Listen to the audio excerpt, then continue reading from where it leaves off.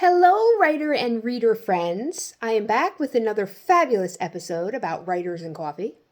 But this episode's a little bit different. This is about the perfect coffee and book pairings. So this is going to be another fun one, friends. All right. So what's better than curling up with a good book? Let's just jump right in. Adding the perfect cup of coffee to the mix, right?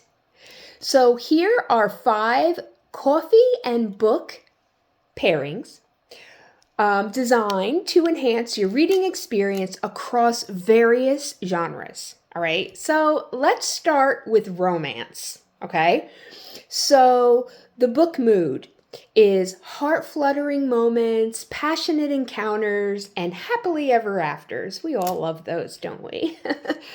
The perfect pair, a creamy vanilla or chocolate latte. The smooth sweetness of a latte complements the warmth and charm of a romance novel or novella.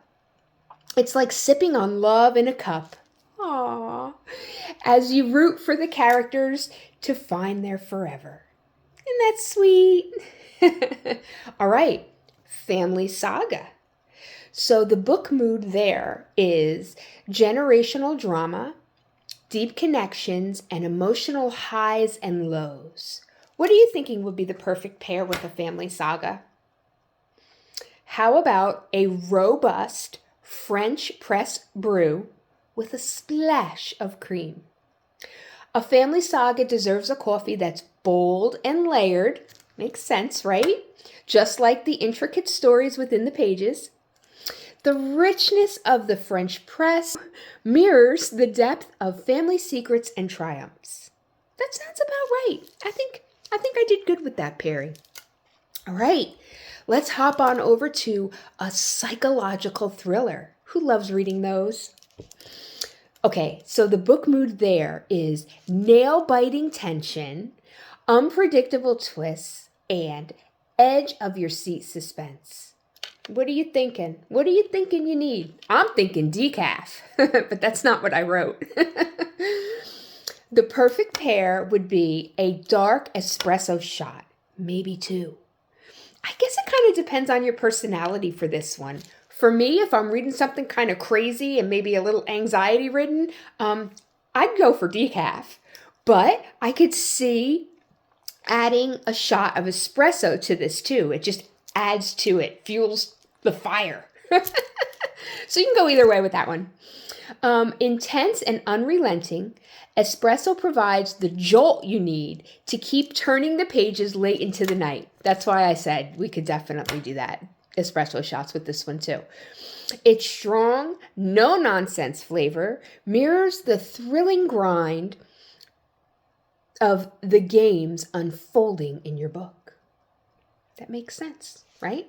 Do I make sense? All right, next up, women's fiction. So the book mood here is empowering journeys, relatable characters, and heartfelt storytelling. Isn't that sweet? What are you thinking? What are you thinking is the perfect pair for that? How about a frothy cappuccino with a sprinkle of cinnamon? Sounds kind of cozy, doesn't it?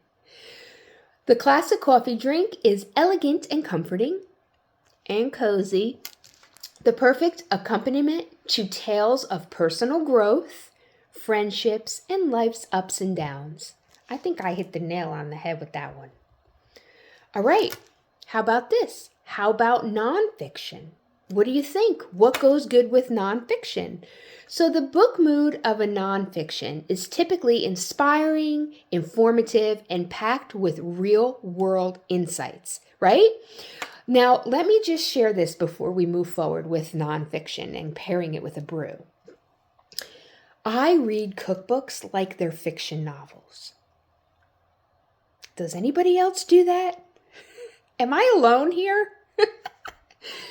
So the perfect pair would be a clean and invigorating cold brew, right?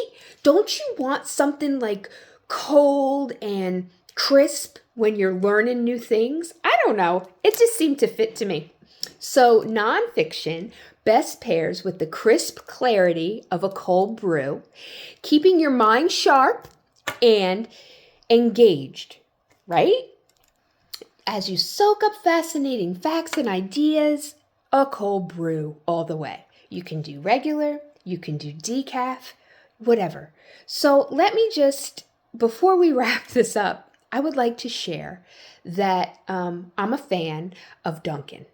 Yes, I'm a Dunkin' girl. I definitely am. I love Dunkin' Donuts, but I go there for the coffee. So, right, let me share this with you. So I downloaded the Dunkin' app, okay? Big mistake. Thanks, Tara. She's the one who told me about it. So anyway, I download the app, and it is so easy to just put together whatever kind of coffee that you want. You can add a little of this, you could change the milk, you can add extra cream, extra sugar, extra pumps of this flavor or that flavor. It's so easy on the app. So you just put it in on the app. Then I just drive through and pick it up. So I pull up to the speaker and I tell them, I'm like, hey, my name is Deanna. I placed an order on the app. And they'll say, okay, pull around. I pull around and they give me my coffee and I go. It's so easy. It's too easy. And I've ordered more coffee from Dunkin' since I downloaded the app than ever before. So again, thank you, but thanks, Dunkin'. I do love it. Okay, so the final sip. Let's talk about the final sip. Every genre has its own flavor, and the right coffee can definitely elevate your reading time to a whole new level. Right? So grab your favorite mug, pick a book, and let the perfect pairing transport you to another world. So think about this, friends. What is your go-to coffee and book combo? Do you have one? If you don't have one, you could definitely use one of mine. I give you permission. Just steal it. It's fine. You can steal it. So I just want to elaborate for a moment more. Remember we talked about the psychological thriller? I'd like to know your thoughts on that in the comments. Because when I originally wrote this idea, post, episode, whatever you want to call it.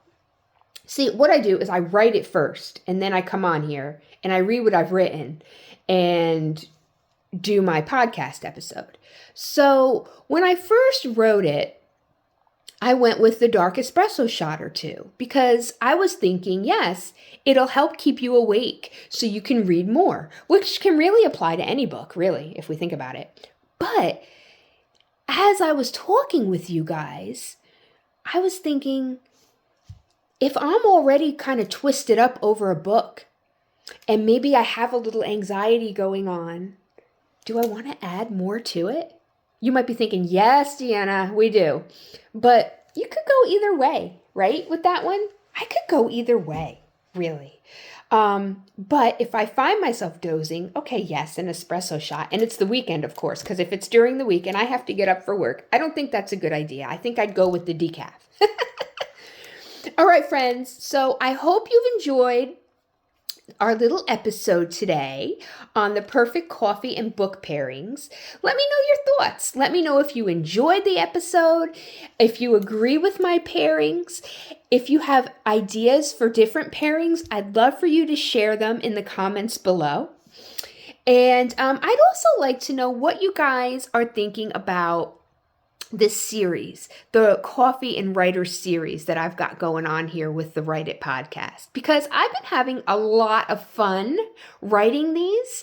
And I'd like to know your thoughts. Like, are you guys enjoying these? Do you like hearing all my kind of crafty ideas about writers and coffee and how they go together? Or do you not drink coffee and you couldn't give 2 squirts? Whatever your thoughts are, I'd really like to know. So why don't you guys leave me a comment? Let me know what you thought about this episode. Let me know what you're thinking about the coffee pairings.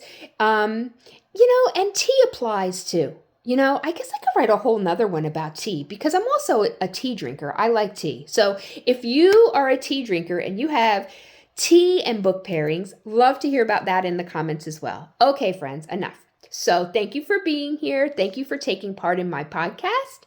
Thank you for listening, and thank you for your support. Now, go fix some coffee and read a book. Okay, talk to you soon.